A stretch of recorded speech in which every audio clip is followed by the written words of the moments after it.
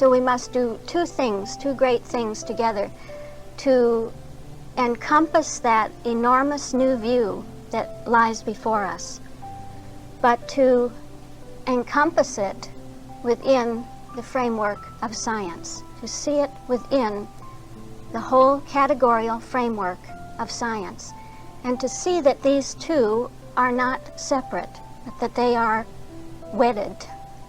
The bigness of the idea, the newness of the idea, the greatness of it is one with the structure of science, the structure of being itself.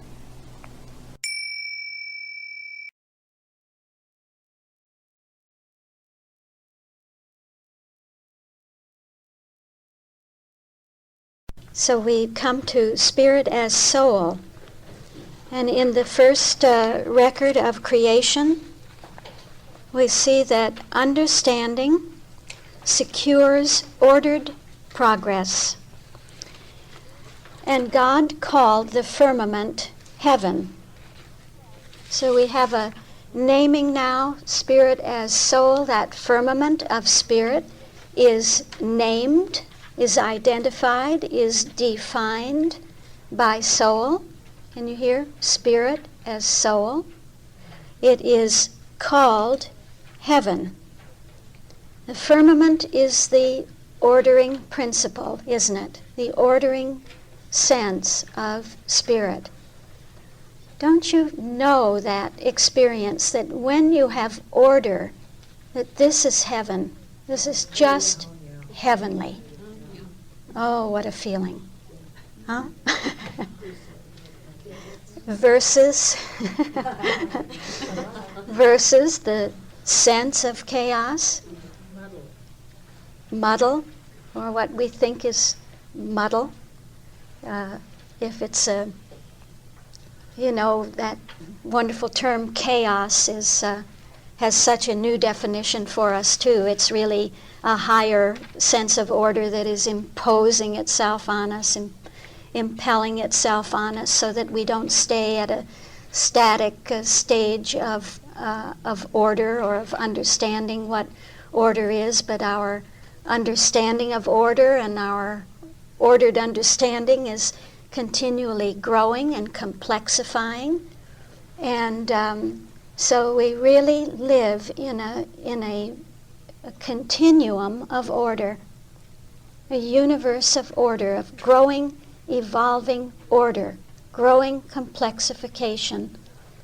But here and there we experience a touch of heaven when we feel what that certain stage of order is in our experience. This is heaven. And the evening and the morning were the second day. She says, through divine science, Spirit God unites understanding to eternal harmony. The calm and exalted thought, or spiritual apprehension, is at peace. Thus the dawn of ideas goes on, forming each successive stage of progress. So that what Spirit is bringing out is the dawn of ideas going on. This is the progress of Spirit, forming each successive stage of progress. You hear that sense of order, of unfolding order, that order brings progress, that it isn't a staying in the same place or going backwards. Also you see that, this is spirit as soul, that there's no going backwards, but it is the progress, the successive stages of progress. No standstill, no going backwards in the order of spirit, in the understanding of spirit.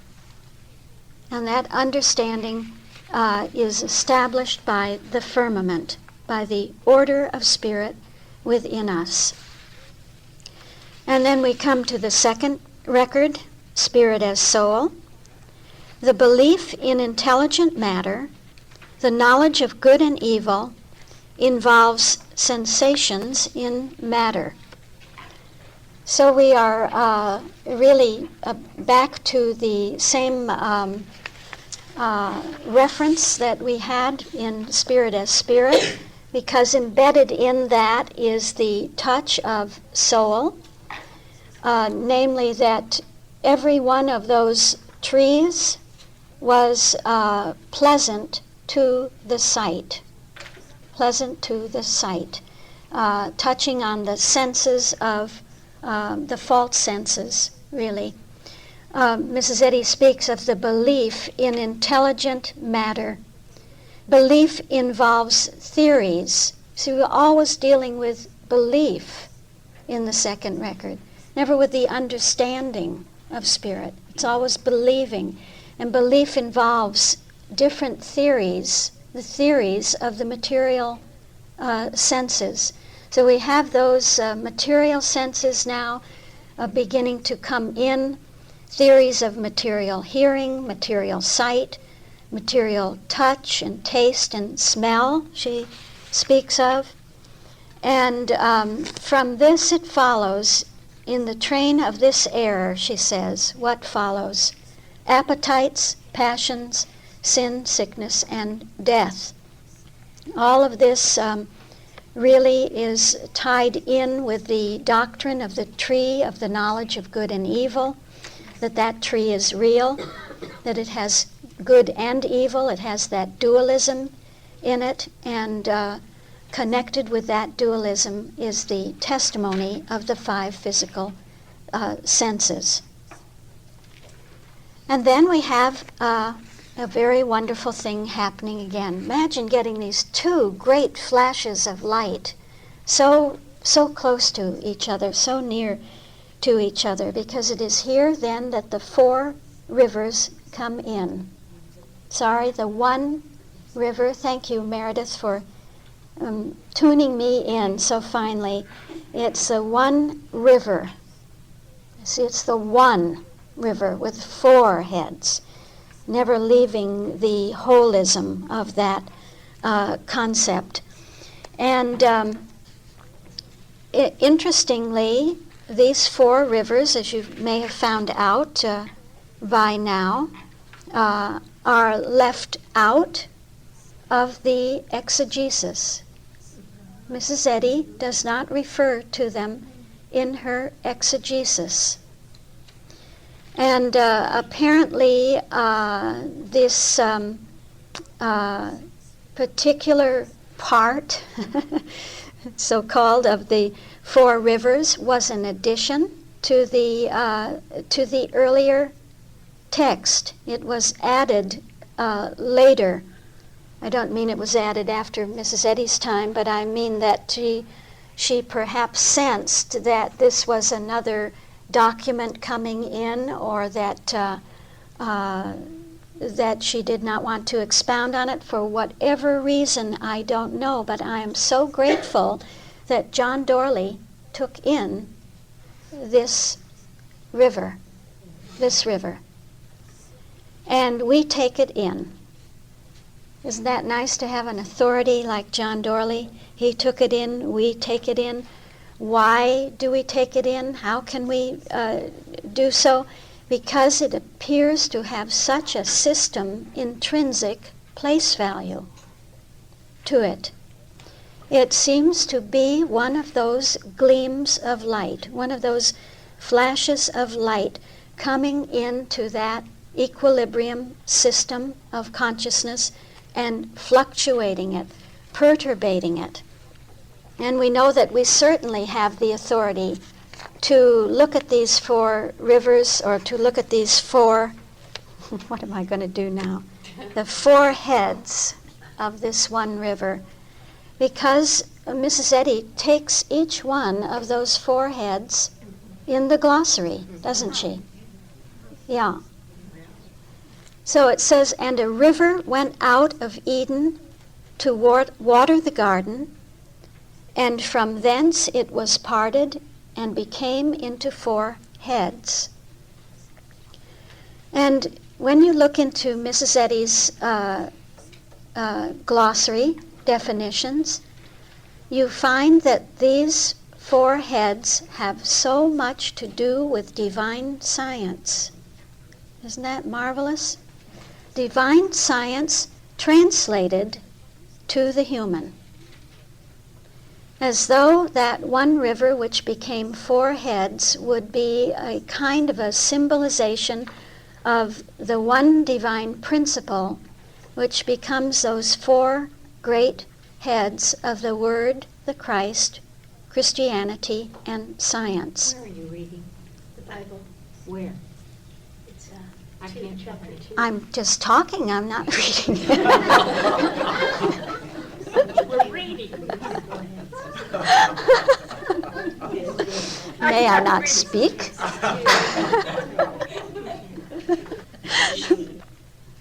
Okay? Are we all right? She said Mrs. Eddy doesn't have that in the Science and Health. About the divine. It's in the Bible. It's in Genesis 2, 10. Yes. So what are those four? First we have, excuse me if there's another pronunciation, and I'm always happy to stand corrected, as you know. Pison, second, Gihon, third, Hiddekel, and fourth, Euphrates. This is the one river that cannot be parted, cannot be divided up, and it is this river that waters the garden. It comes out of the garden. It waters the garden, comes out of the garden. The garden being the field of consciousness. The field of consciousness now, at this point, is being fluctuated, irrigated, nourished by a fourfold one. So what does she, how does she define them? Pison, she says, is the love of the good and beautiful and their immortality. Gihon, the rights of woman acknowledged morally, civilly, and socially. Hiddekel, divine science understood and acknowledged. And Euphrates, divine science encompassing the universe and man, the true idea of God, a type of the glory which is to come. Think of this coming into that second record, perturbating that second record, a type of the glory which is to come, the glory of divine science. As the tree of life was a type of the glory of what was to come, the glory of science. Metaphysics taking the place of physics, and the reign of righteousness. So I thought I would just share a little bit of what John Dorley says about these four rivers. It's in his talk number 7 in the volume 1 of the Science of the Bible, the first and second records of creation. He says that river represented the flow of thought, and it was to water the garden of human experience. We have that river. Mankind has that river with him all the time. We have it with us all the time, just as we have the tree of life with us through all mankind's experience. The Garden of Eden symbolizes the whole of mortal experience, the mortal concept in which we seem to live and move and have our being. Then he describes those four heads. The name of the first is Pison. That is it which compasseth the whole land of Havilah, where there is gold. And he gives again Mrs. Eddy's definition: the love of the good and beautiful and their immortality. These 4 rivers symbolize the development of the spiritual idea in human experience, which begins with the love of the good and the beautiful. That's the touch of the word, that we begin by loving that which is good and that which is beautiful. And the name of the second is Gihon. The same is it that compasseth the whole land of Ethiopia. Apparently this was the Nile river, and Hiddekel is the Tigris. And he gives Mrs. Eddy's definition of Gihon: the rights of woman acknowledged morally, civilly, and socially. He says, you will find that most of the great characters in the Bible were born by promise. The rights of woman were acknowledged, morally, civilly, and socially, as they never were in history when the Savior was born. Out of the love of the good and the beautiful comes the birth of the Christ idea. Isn't that beautiful? Out of the word sense, the love of the good and the beautiful, then comes the birth of the Christ idea, the sense of the Christ, the conception of the Christ idea through a sense of womanhood. And the name of the third is Hiddekel, divine science understood and acknowledged. That speaks for itself. And the 4th river is Euphrates, which Mrs. Eddy defines in part, divine science encompassing the universe and man. So in that symbol of the river with 4 heads, he says, you see one of the flashes of light in the false record. It began with the false sense of God and man being put into the Garden of Eden, the physical body, and developing physical senses. Then the story told of the tree of life, the first flash of light, and of the tree of the knowledge of good and evil. Then it told how out of the garden there went a river, a flow of thought, the calculus, as you and I have seen it develop in human experience. This story is written from a most inspired point of view. The second record is written from an inspired point of view, and Mrs. Eddy says that too. She doesn't say it's uninspired, don't pay any attention to it, don't look at it. It's a beautiful, beautiful, inspired story. And every now and then comes a flash of light, he says. Throughout this record you will notice these gleams of light. The record becomes more and more debased. The story, the tendency of the mortal to go out looks like it becomes more and more debased, but every now and then the light breaks through. This river is the true calculus, and the true calculus is never parted. It is always one. That river is a symbol of the human sense of the divine infinite calculus. So we have with the tree of life the breaking in of the flash of the word, and with the 4-headed river we have the breaking in of the calculus of the Christ. I was doing a little research, as just a side remark, but I wanted to know the original meaning of those 4 rivers, and had to use a number of volumes to track that down, but I thought the results were very interesting and telling. they have a little touch, I think, of the 4 in them. Paisan means to spring or leap up.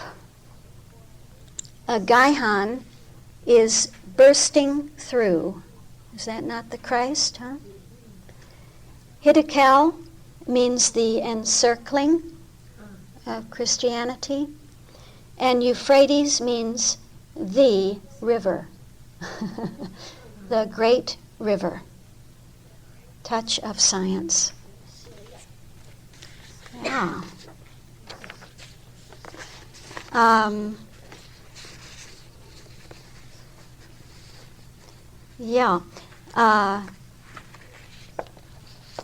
So we have come to the conclusion of the second day and the second tone in the second record. I think we're doing beautifully.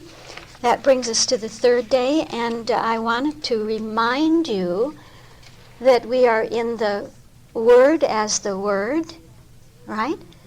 That we are looking at the primal elements of creativity in the first record. And in the second record, what are we looking at? The elements of a false creative sense, huh? And how those elements of a false creative sense are being overturned, are being fluctuated. Yeah. So now we come to the third day of Soul, and you recall that the Word as the Word will take us up to Soul as Spirit, right? That we come to the break at the point of Soul as Soul, where we move from the Word as the Word to the Word as the Christ. You're all terrific, you know it? You're great. We've got the chart in front of us.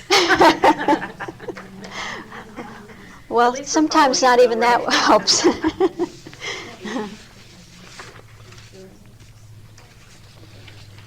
So, what do we have in Soul? What is happening in that third day?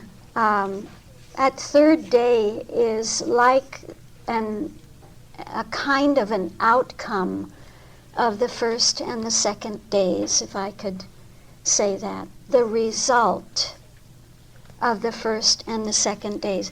The result of being true to the first and the second days. And this is reflected really right in the first tone of that third day, because you know it says there, let the waters be gathered together unto one place. Doesn't it? Is that right? Let the waters under heaven be gathered together unto one place, and let the dry land appear. So you have a great prefacing to the appearing of that dry land, and it's as though to fall back on the first and second days and say to us, you have to gather the waters, the elements of mind together into one place, to keep them pure, to keep them clear and untouched somehow within your consciousness. And as you do this, you don't have just waters, but the dry land appears. That which is definite comes out of that process. It's already acquainting us with some measure of the rule of soul. You remember we talked about the rule of soul. The rule of soul is always to go back to mind and spirit. Remember when we came to spirit, we said spirit always falls back on mind. Spirit always goes back to mind, focuses on mind, reflects on mind, keeps mind pure within us. But as an activity within our consciousness at the point of soul. Now we see that soul sends us back to mind and spirit. And this we call the rule of soul. It shows us that we can never force the identity of something to appear, the identity of an answer, of a solution. Gosh, I can acquaint with that, with even a class like this, that no one knows, perhaps least of all myself, what the identity will actually be. We don't know what the identity of what we do will be. We can only be true to the order. As we're true to the order, that identity appears. And it will be something that is unchangeable, untouchable, self-reproducing, as we will see later on. So we can't force that to happen. We can only let it appear. And that is certainly reflected in the text that we find in the third day of creation. Let's begin really that third day of soul by looking at the epitome, the overall epitome. The third day in the first record is epitomized. Soul bestows on every idea definable, unchanging, and self-reproducing identity. As mind, soul gives identity to all of mind's ideas. So here it is from Genesis, and God said, "Let the waters under the heaven be gathered together unto one place, and let the dry land appear," and it was so. And I think we have touched on that really in a kind of a tangible way, to see that this is presenting us with a rule for the creation of the dry land. How to have the creation of the dry land within ourselves, within our own consciousness. That this is a rule. And it is by gathering the waters together, gathering the elements of mind together, letting those elements be gathered into one place. That's the touch of spirit, gathering into one place. And let's see what Mrs. Eddy actually says there. She says, "Spirit, God, gathers unformed thoughts into their proper channels and unfolds these thoughts, even as he opens the petals of a holy purpose in order, or you might say in order, that the purpose may appear." And that appearing is soul, isn't it? You see that? That the outcome of mind and spirit is the appearing of the whole purpose of the creative order now to this point. And looking at the second record then, the overall epitome for soul, the belief of mind in matter constitutes a sinful, mortal creation. And you have to remember what that term sin means. It means to deviate from, right?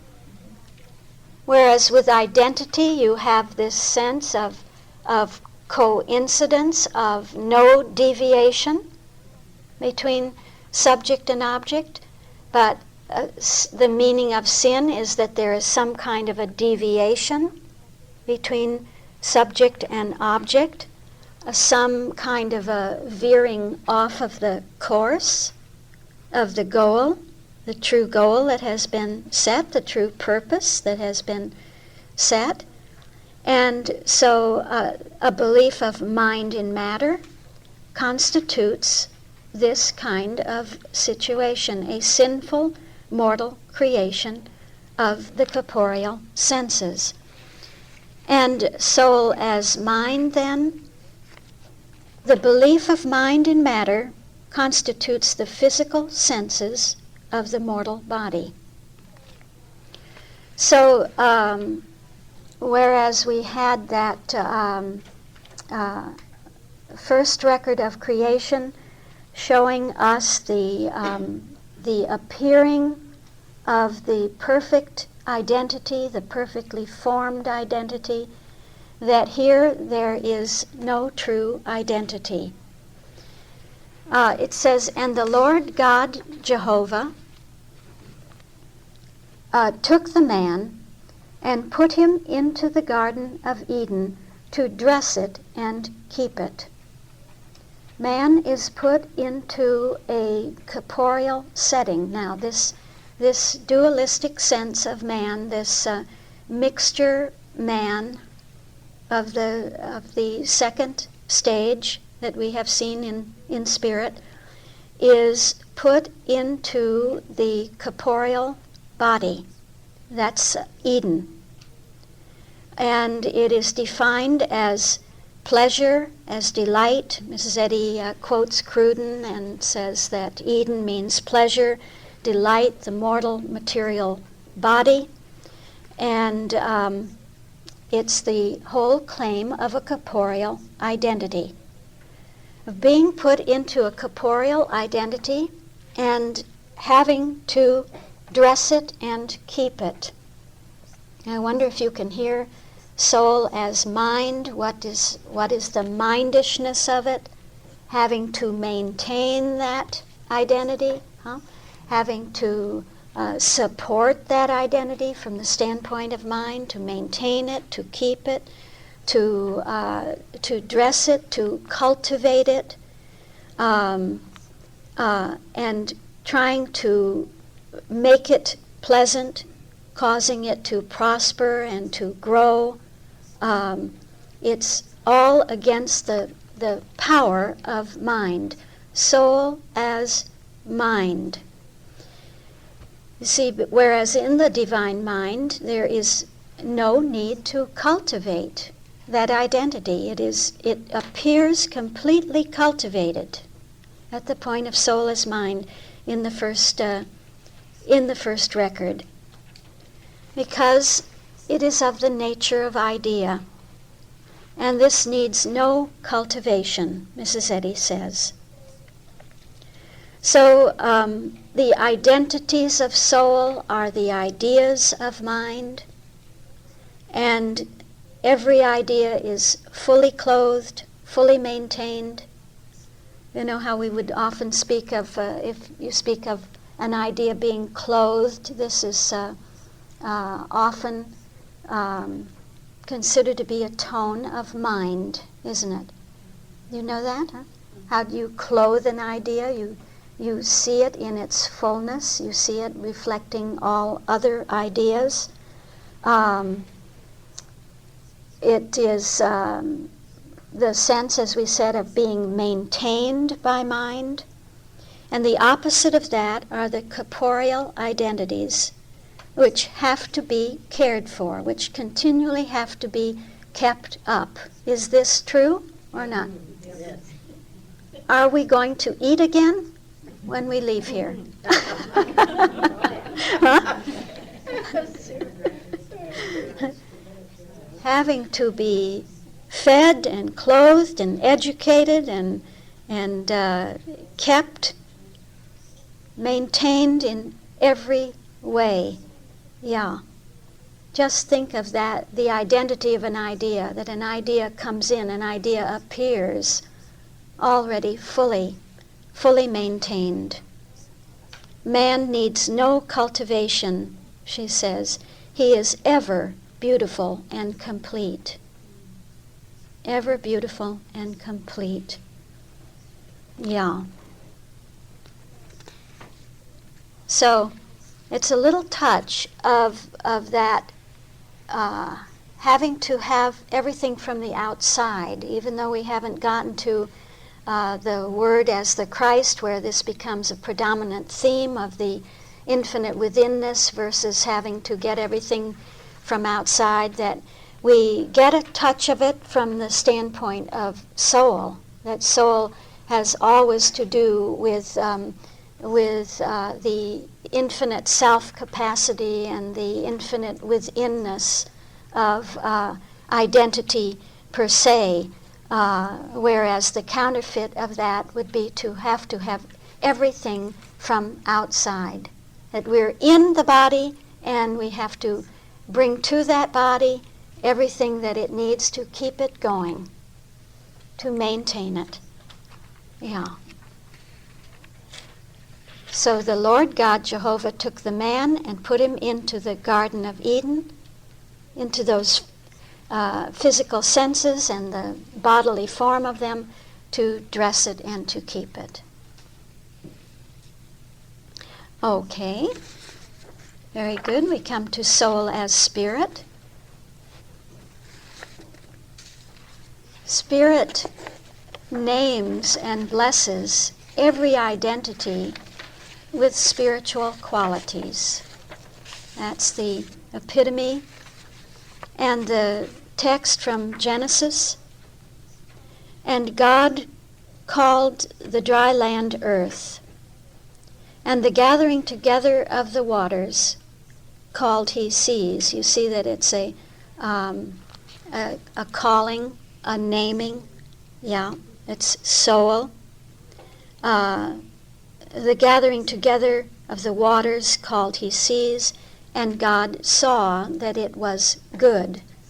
So here is an accentuation on spirit, that which has been named by soul is good. It is of the same nature as God.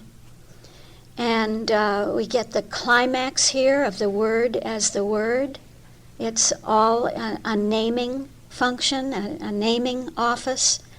And so we have the waters and the dry land identified through naming, earth and sea, that they are qualitatively good. Can you see that there's the naming of the earth and the naming of the sea? So you have not only an identification and a defining, but a differentiation in the naming and defining. There's a soul as spirit, more order being brought in. Identifying, that identification is always good. The earth is good, the seas are good. We never deviate from the quality of God, from the nature of God. Nothing ever comes into that first record of creation that is deviant or deviates. There's only one quality possible when soul defines, and that is the quality of spirit. Always good. And spirit blesses.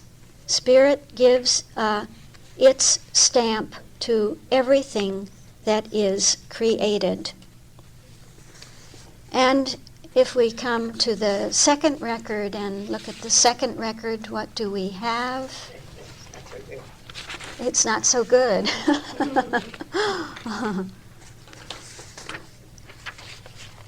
Soul as spirit. Material perception gathered from the corporeal senses constitutes evil and would make man mortal. And it says, and the Lord God, Jehovah, commanded the man, saying, of every tree of the garden thou mayest freely eat, but of the tree of the knowledge of good and evil thou shalt not eat of it, for in the day that thou eatest thou shalt surely die. So instead of the blessing, you see the blessed sense of soul as spirit, you have a kind of a curse being established. You can do this and this and this and this, but you can't do that. You have a differentiation sense. And if you do that, you will be cursed. You won't be blessed. So it's again a naming and defining, and that to sin, it's a defining of what sin would be to the Lord God Jehovah, and that includes with it a curse. The whole thing is based on duality, so it's a differentiation that comes in, but it's based on duality, on moralizing. You see, you can do this, but you can't do that. And we know that when Adam and Eve did eat of that tree, eventually that their spirituality died. Their spirituality was compromised. Mrs. Eddy says, sin penalizes itself. Eating of the tree of the knowledge of good and evil, sin penalizes itself. God never made a law to punish sin. God causes sin to punish itself.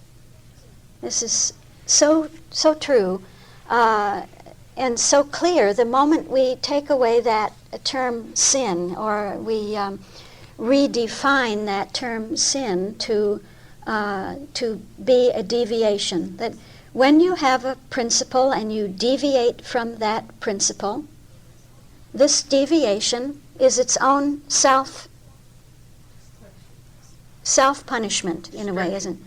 Self-destruction.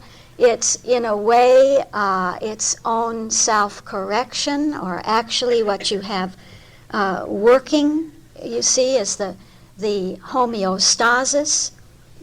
Here we are touching soul, and sin always comes up in soul. Also the sense of self-regulation comes up in soul. Very often we take those two feedback mechanisms of the positive feedback and the negative feedback mechanism to show that this is the process of self-regulation. And so if there is a deviation from a principle, it's actually not a moralistic thing that we are looking at, it's a scientific thing that we are looking at. That any deviation is corrected, is in a way self-punishing.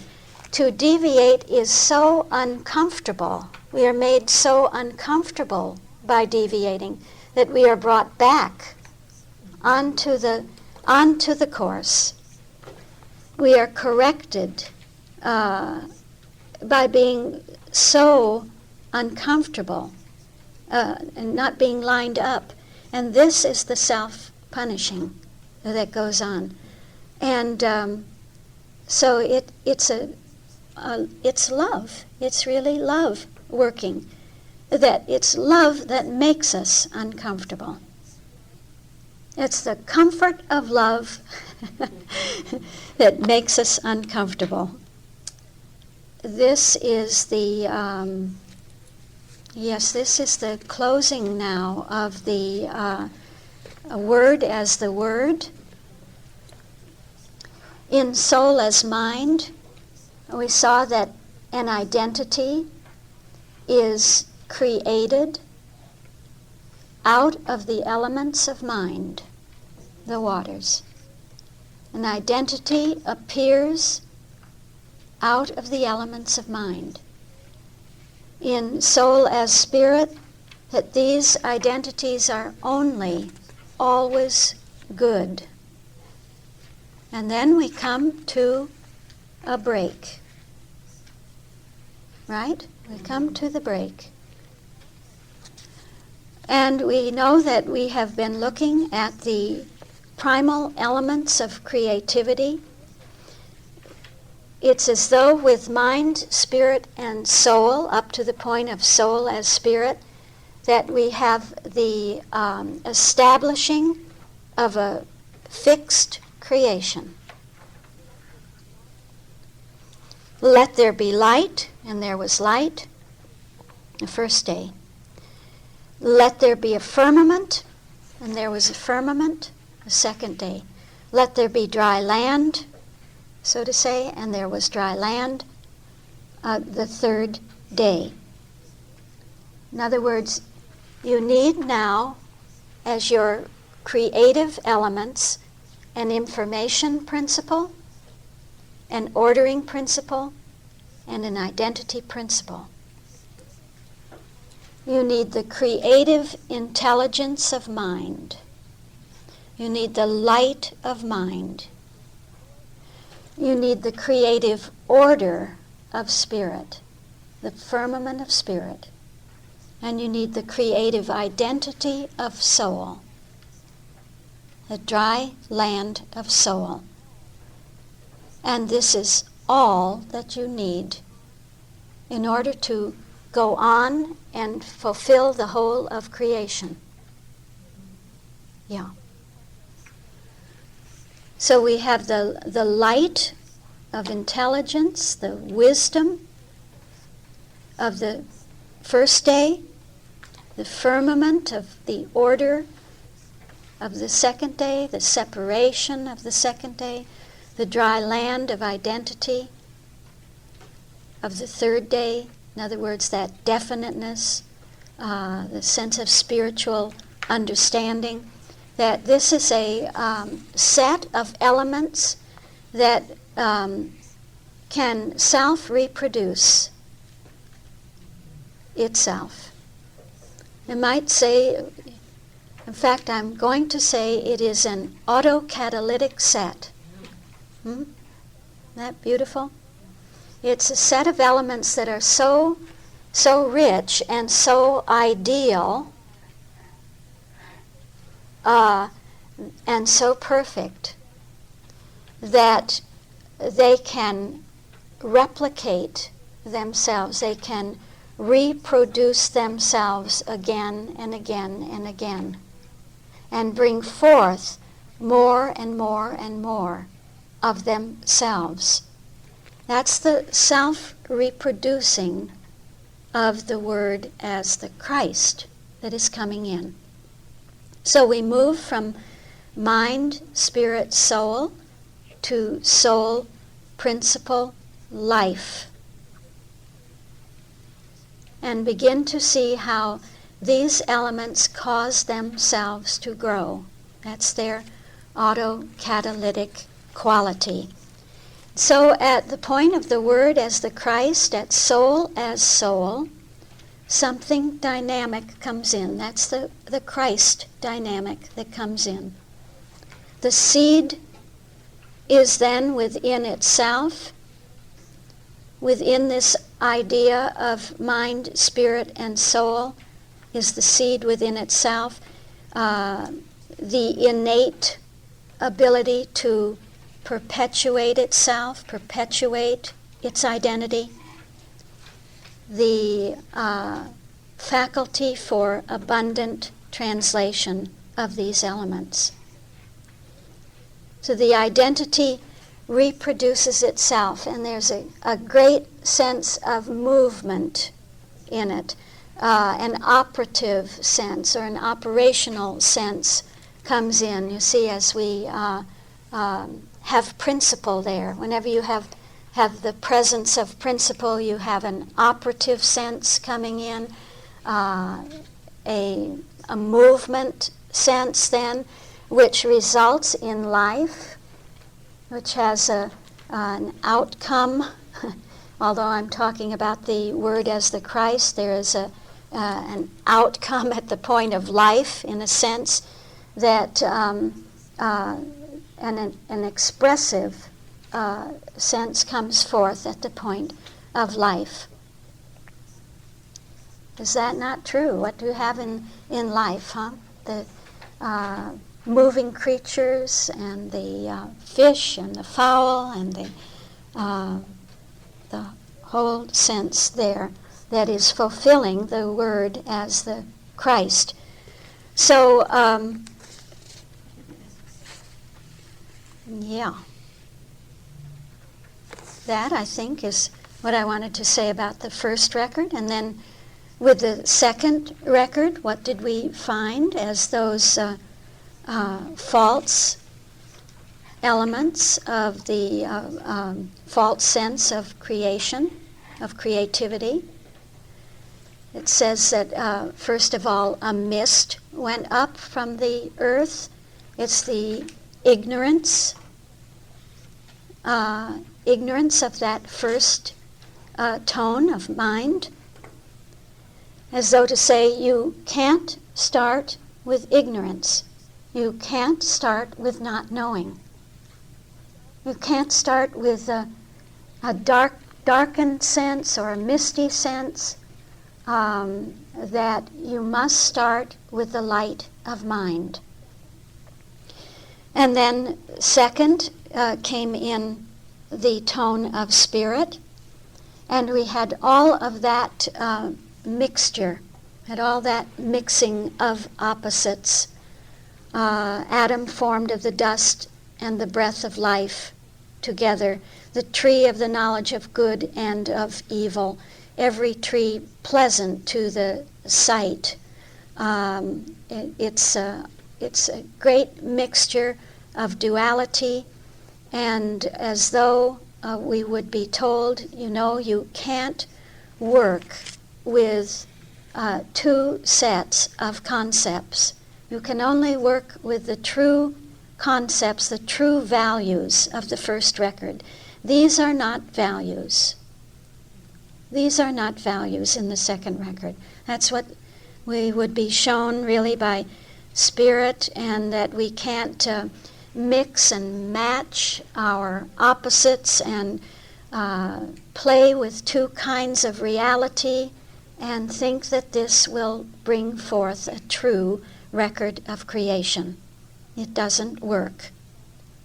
And finally, the tone of soul coming in, where we had Adam put into the garden to dress it, being warned not to eat of the tree of the knowledge of good and evil, this sense of a sinful sense coming in, the corporeal senses. So together with the ignorance of the first tone of mind, the mingling of spirit and matter in the second tone, and the corporeal senses in the third tone, we are shown that these are not the creative elements for a true creation. You cannot identify anything with the corporeal senses. You cannot identify with your physical senses. These are too limited. They cannot give you the true depiction of creation. They can't define anything correctly. So these are the false elements. And those false elements will reproduce themselves to oblivion. Yeah.